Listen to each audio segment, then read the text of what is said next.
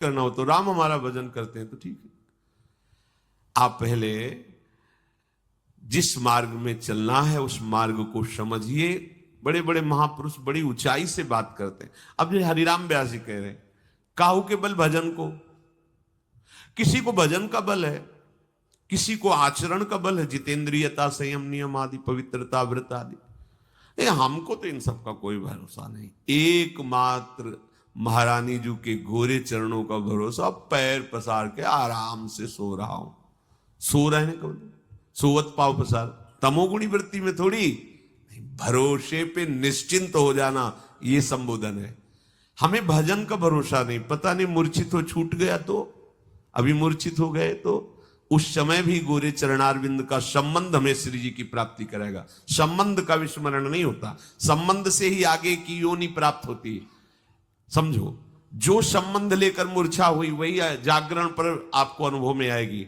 ऐसे ही जो संबंध लेकर आप मरे वही आगे आपको अगली योनि में पहुंच। तो हमारा संबंध है लाडली जू से, तो हमारा संबंध लाडली जू की प्राप्ति करे। ये कितनी ऊंची स्थिति में बात कर रहे हैं। वहां पहुंचने के लिए प्रथम सोपान, अब द्वितीय सोपान। हमारे प्रभु ही सब रूपों में हैं। ये छोटी मोटी बात नहीं। शरणागति, जिसे कह लिया कि हम तो शरणागत हैं, अब हमारा क्या कर्तव्य है? अब तो प्रभु योगक्षेमम भाम्यहम। तुम भोगो विषय मनमानी पापाचरण करो, मनमानी करो, और जब कहीं तुम पर शासन करने की बात आवे कि आप अपना सुधार के, तो बोले शरणागत हैं। वही है सोई जो राम रचि राखा, को करी तर्क बढ़ावे शाखा। प्रभु की इच्छा के बिना एक पत्ता भी नहीं हिलता। तो मेरा जो कुछ भी है वो सब प्रभु से ही हो रहा है। अपने मनमानी आचरणों की पुष्टि करने के लिए विशुद्ध स्थितियों के शब्दों का प्रयोग किया जाता है। ये चालबाजी मत करो, मोहि कपट छल छिद्र न भावा। सीधा क्या कर्तव्य है? अब तो प्रभु योगक्षेमम भाम्यहम। तुम भोगो विषय मनमानी पापाचरण करो, मनमानी करो, और जब कहीं तुम पर शासन करने की बात आवे कि आप अपना सुधार के, तो बोले शरणागत हैं। वही है सोई जो राम रचि राखा, को करी तर्क बढ़ावे शाखा। प्रभु की इच्छा के बिना एक पत्ता भी नहीं हिलता। तो मेरा जो कुछ भी है वो सब प्रभु से ही हो रहा है। अपने मनमानी आचरणों की पुष्टि करने के लिए विशुद्ध स्थितियों के शब्दों का प्रयोग किया जाता है।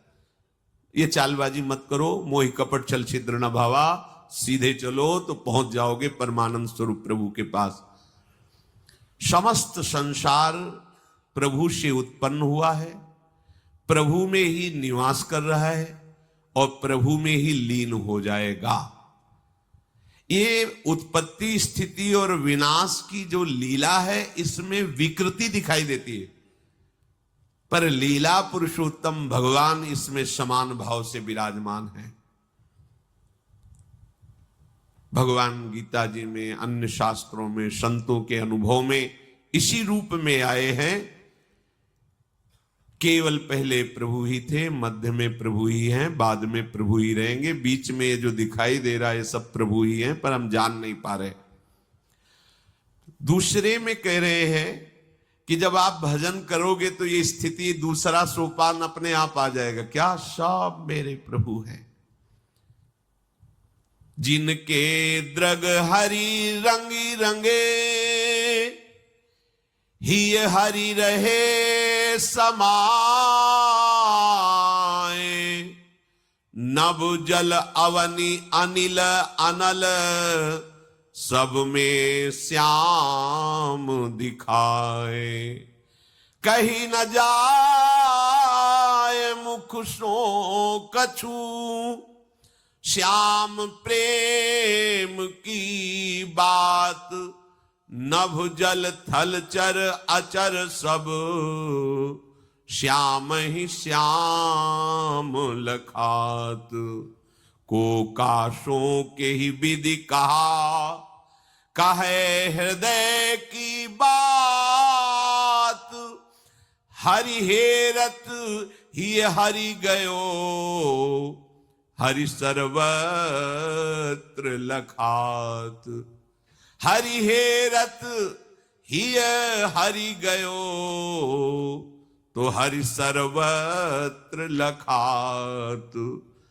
पहला सोपान निरंतर भजन। जब निरंतर भजन होने लगता है तो हमारे सब यंत्र पवित्र हो गए, मन बुद्धि चित्त अहंकार, और जगत में प्रभु के सिवा कुछ नहीं है, ऐसा अनुभव होने लगा। ये उस देवी का कमल है, इसकी 16 पंखड़ियां हैं, इसका श्रीयम नाम है।